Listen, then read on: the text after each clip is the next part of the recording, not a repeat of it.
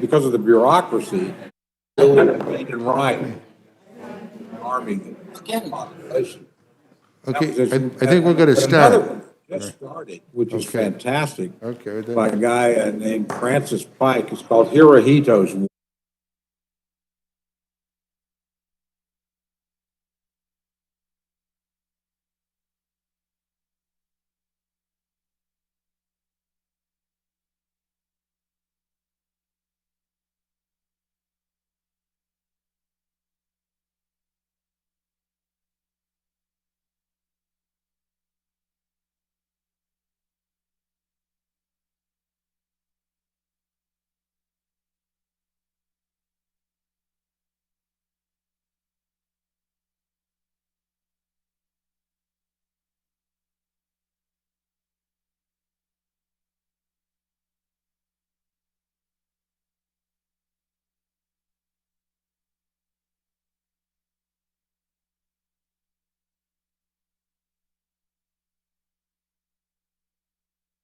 Both like to read.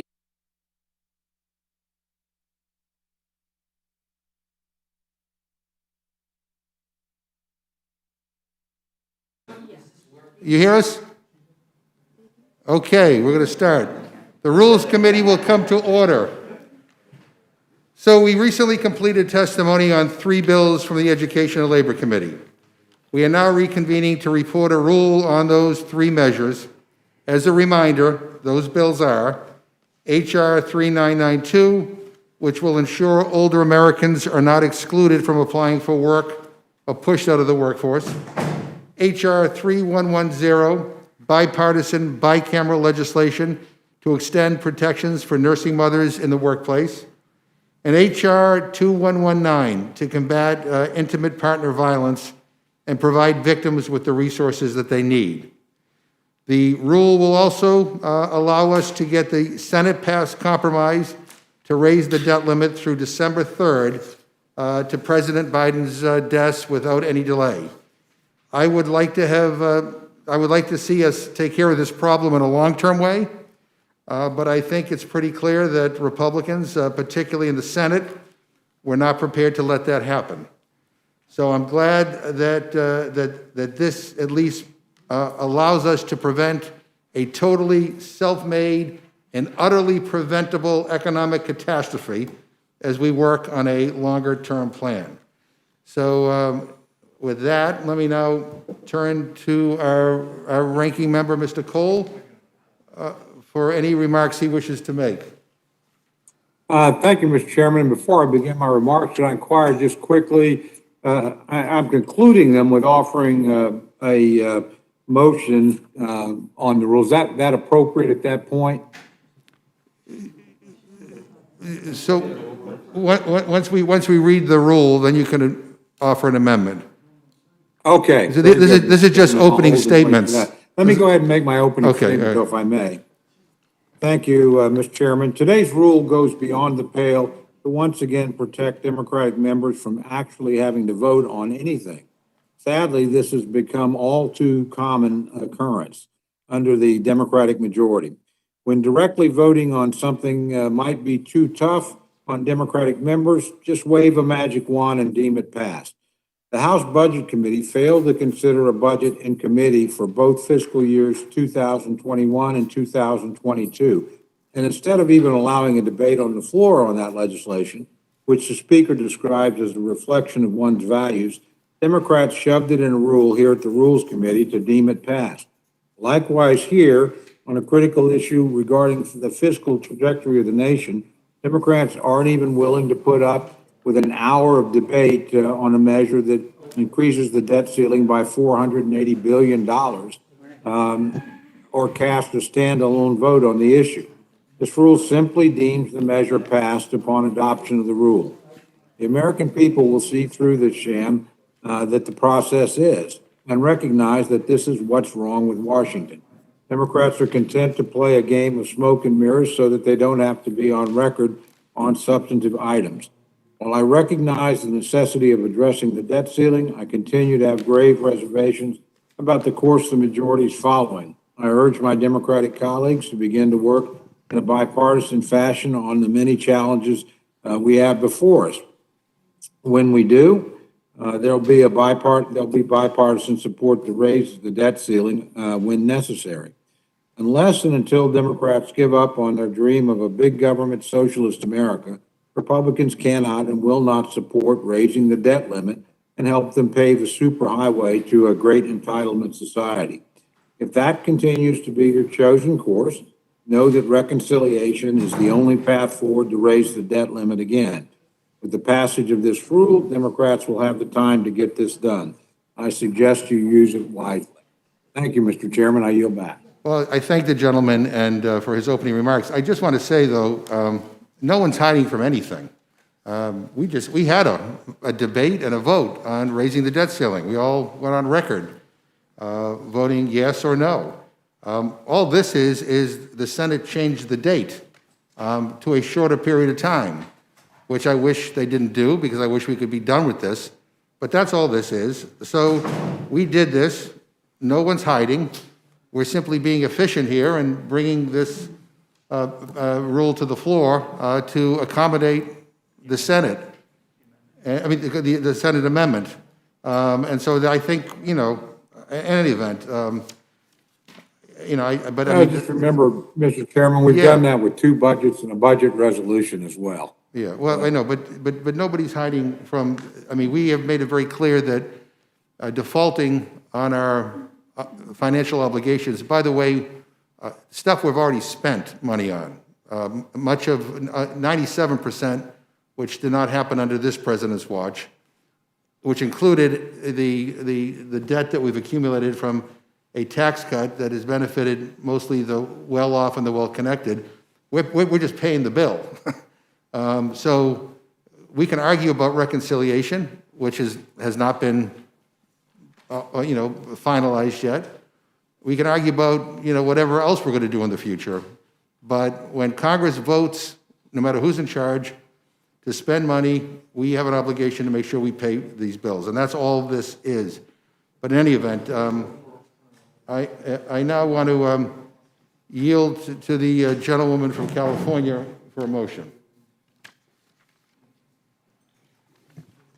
Thank you, Mr. Chairman. I move the committee grant H.R. 2119, the Family Violence Prevention and Services Act, a structure rule. The rule provides 1 hour of general debate, equally divided and controlled by the chair and ranking minority member of the Committee on Education and Labor or their designees. The rule waives all points of order against consideration of the bill. The rule provides that an amendment in the nature of a substitute consisting of the text of Rules Committee Print 117-15 modified by the amendment printed in Part 8 of the Rules Committee report shall be considered as adopted, and the bill as amended shall be considered as read. The rule waives all points of order against provisions in the bill as amended. The rule provides that following debate, each further amendment printed in Part B of the Rules Committee report not earlier considered as part of the amendments en bloc pursuant to Section 3 shall be considered only in the order printed in the report, may be offered only by a member designated in the report, shall be considered as read, shall be debatable for the time specified in the report, equally divided and controlled by the proponent and opponent, may be withdrawn by the proponent at any time before the question is put thereon, shall not be subject to amendment, and shall not be subject to a demand or division of the rule. The rule waives all points of order against the amendments printed in Part B of the report and amendments en bloc described in Section 3 of the resolution. The rule provides that at any time after debate, the chair of the Committee of Education and Labor or his designee may offer amendments en bloc consisting of further amendments printed in Part B of the Rules Committee report not earlier disposed of. Amendments en bloc shall be considered as read, shall be debatable for 20 minutes, equally divided and controlled by the chair and ranking minority member of the Committee on Education and Labor or their designees, shall not be subject to amendment, and shall not be subject to the demand or division of the question. The rule provides one motion to recommit. The rule provides for consideration of H.R. 3110, the Pump for Nursing Mothers Act, under a structure rule. The rule provides 1 hour general debate, equally divided and controlled by the chair and ranking minority member of the Committee on Education and Labor or their designees. The rule waives all points of order against consideration of the bill. The rule provides that the amendment in the nature of a substitute recommended by the Committee on Education and Labor, now printed in the bill, modified by the amendment printed in Part C of the Rules Committee report, shall be considered as adopted, and the bill as amendment shall be considered as read. The rule waives all points of order against provisions in the bill as amended. The rule makes in order only those further amendments printed in Part D of the Rules Committee report. Each further amendment printed in Part D of the Rules Committee report shall be considered only in the order printed in the report, may be offered only by a member designated in the report, shall be considered as read, shall be debatable for the time specified in the report, equally divided and controlled by the proponent and opponent, may be withdrawn by the proponent at any time before the question is put thereon, shall not be subject to amendment, and shall not be subject to a demand for division of the question. The rule waives all points of order against the amendments printed in Part D of the report. The rule provides one motion to recommit. The rule provides for consideration of H.R. 3992, the Protect Older Job Applicants Act, under a structural rule. The rule provides 1 hour of general debate, equally divided and controlled by the chair and ranking minority member of the Committee on Education and Labor or their designees. The rule waives all points of order against consideration of the bill. The rule provides that an amendment in the nature of a substitute consisting of the text of Rules Committee Print 117-14 shall be considered as adopted, and the bill as amendment shall be considered as read. The rule waives all points of order against provisions in the bill as amendment. The rule makes in order only those further amendments printed in Part E of the report. Each further amendment printed in Part E of the Rules Committee report shall be considered only in the order printed in the report, may be offered only by a member designated in the report, shall be considered as read, shall be debatable for the time specified in the report, equally divided and controlled by the proponent, and an opponent may be withdrawn by the proponent at any time before the question is put thereon, shall not be subject to amendment, and shall not be subject to a demand for division of the question. The rule waives all points of order against the amendments printed in Part E of the report. The rule provides one motion to recommit. The rule provides that the House hereby concurs in the Senate amendment to the House amendment to S. 1301. The rule provides that at any time through the legislative day of Friday, October 22, 2021, the Speaker may entertain motions offered by the Majority Leader or a designee that the House suspend the rules with respect to multiple measures that were the object of motions to suspend the rules on the legislative days of July 26th, September 29th, October 19th, October 20th, October 21, or October 22, and on which the yeas and nays were ordered and further proceedings postponed. The chair shall put the question on any such motion without debate or intervening motion in the ordering of the yeas and nays on postponed motions to suspend the rules with respect to such measures is vacated. The chair shall put the question on any such motion without debate or intervening motion in the ordering of the yeas and nays on postponed motions to suspend the rules with respect to such measures is vacated. Finally, the rule provides that the House Resolution 188 agreed to March 8th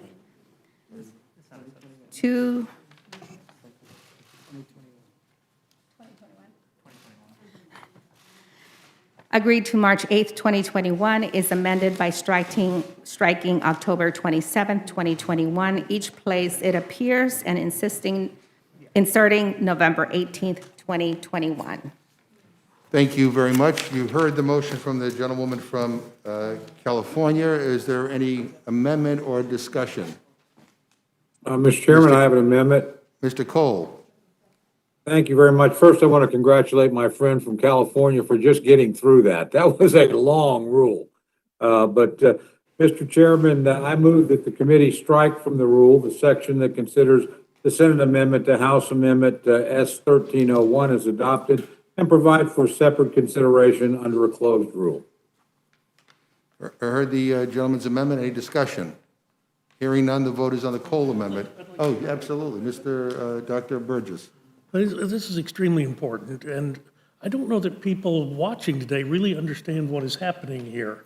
I mean, a lot of language, a lot of words being said, but we are essentially passing an almost $500 billion expansion of the debt limit with no further debate, no further input from anyone on the majority or the minority. Mr. Chairman, you referenced about a manufactured crisis, but I don't know, watching this weekend and looking at the panoply of manufactured crises that have come about because of the actions taken by this administration.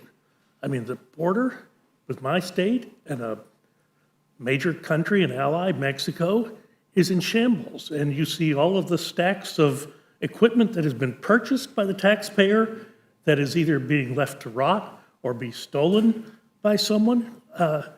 The wall could have been finished months ago, which would have provided a modicum of security for those individuals who live in that area. We see the multiple problems that have happened with people coming from South America through our southern border from the country of Haiti.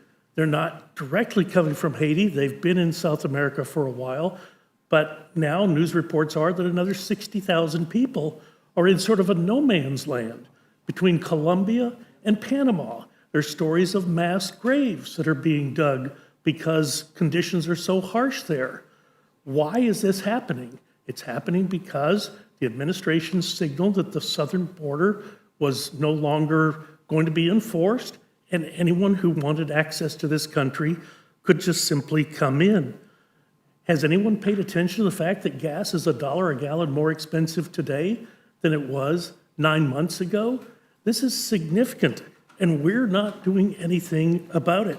There's going to be a cold winter. In spite of global warming, there's going to be a cold winter, and energy prices have significantly increased, and all we have managed to do is go to OPEC and say, could you pump a little more oil from the Middle East? Or go to Russia and say, maybe you could send some of that Gazprom gas down the Nord Stream 2 pipeline and help keep our cities warm this winter. Mr. Chairman, I had the pleasure of spending many hours in an airport last night. In case you haven't noticed, air travel in this country right now is in crisis. And people are justifiably angry. They don't understand why the conditions have been allowed to develop that caused this to happen. So Mr. Cole's amendment is exactly on point. We should pull this Senate amendment out. We should have a full debate. And look, don't Americans deserve a country that actually works? Don't they deserve a government that actually works? And I would submit right now, with the litany of things that I just proposed to you, it's not working. And people understand it, and they are upset. We would do ourselves and our countrymen a favor if we would pull this amendment out and have a full and fulsome debate on it. Right. And I yield back. I thank the gentleman. First of all, most of what the gentleman just talked about has nothing to do with what we're doing right now. But putting that aside, it's absurd to somehow suggest that people don't know what we're doing here. We actually had a full debate and a vote on increasing the debt ceiling. My Republican friends seem content on just driving, the car off a cliff because it would be disastrous if we were to default on our obligations. By the way, financial obligations and bills that were accumulated under Joe Biden's predecessor, Donald Trump. Much of it as a result of a tax cut scheme that benefited the wealthiest people in this country. Trillions of dollars in debt. So we have to pay for that. I don't like that tax cut, but I know we have to pay for our bills. If we don't, then the good faith, the full faith and credit of this country is in jeopardy. Millions of jobs would be lost. It would be a disaster. So I get it. All we're voting on here is the Senate amendment, by the way, that doesn't do what we wanted to do last week, which was to extend this for a longer period of time, but just until December 6th. And then we're going to have to deal with it again. Another manufactured crisis. We're going to have to deal with it again. So let's understand this. We are paying Donald Trump's bills. If you don't want to pay the bills, you shouldn't have voted for the things that caused this debt to begin with. But, you know, the responsible thing to do for Democrats and Republicans is to pay our bills. That's exactly what this is. And so, you know, but, you know, all this other stuff, and we can, that's other legislation and other bills, but it's not what we're dealing with here.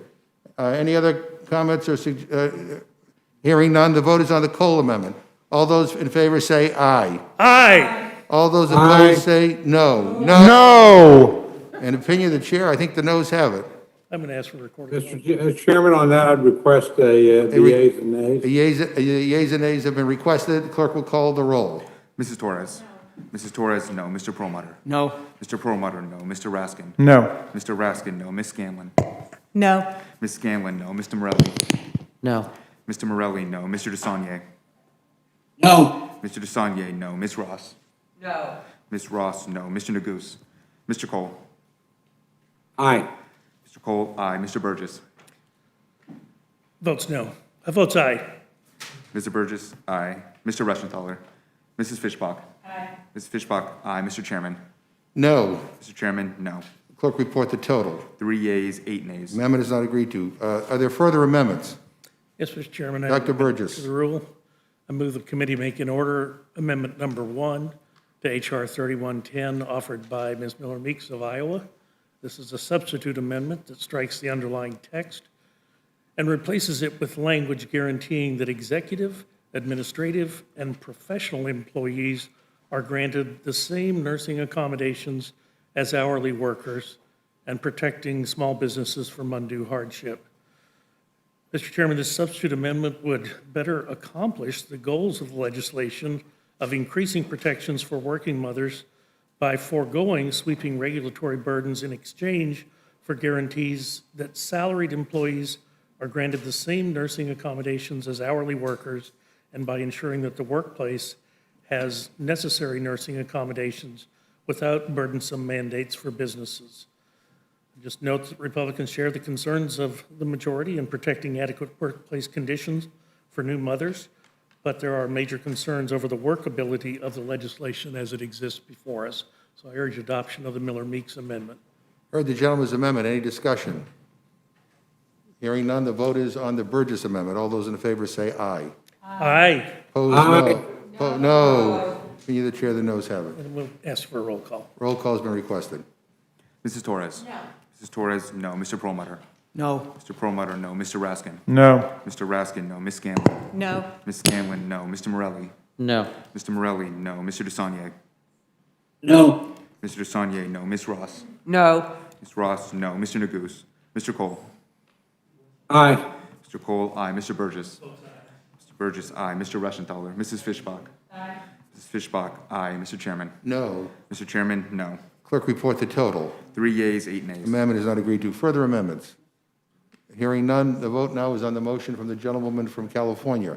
All those in favor say aye. Aye. All those opposed say no. No. In the opinion of the chairs, even with that late no from Mr. Cole, the opinion of the chair, the ayes have it.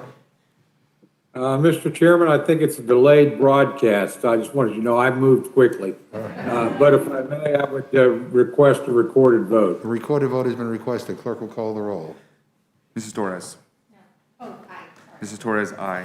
Mr. Perlmutter. Aye. Mr. Perlmutter, aye. Mr. Raskin. Aye. Mr. Raskin, aye. Ms. Scanlon. Aye. Ms. Scanlon, aye. Mr. Morelli. Aye. Mr. Morelli, aye. Mr. DeSaulnier.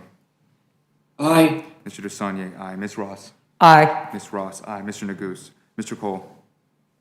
No. Mr. Cole, no. Mr. Burgess. Mr. Burgess, no. Mr. Reschenthaler. Mrs. Fishbach. No. Mrs. Fishbach, no. Mr. Chairman. Aye. Mr. Chairman, aye.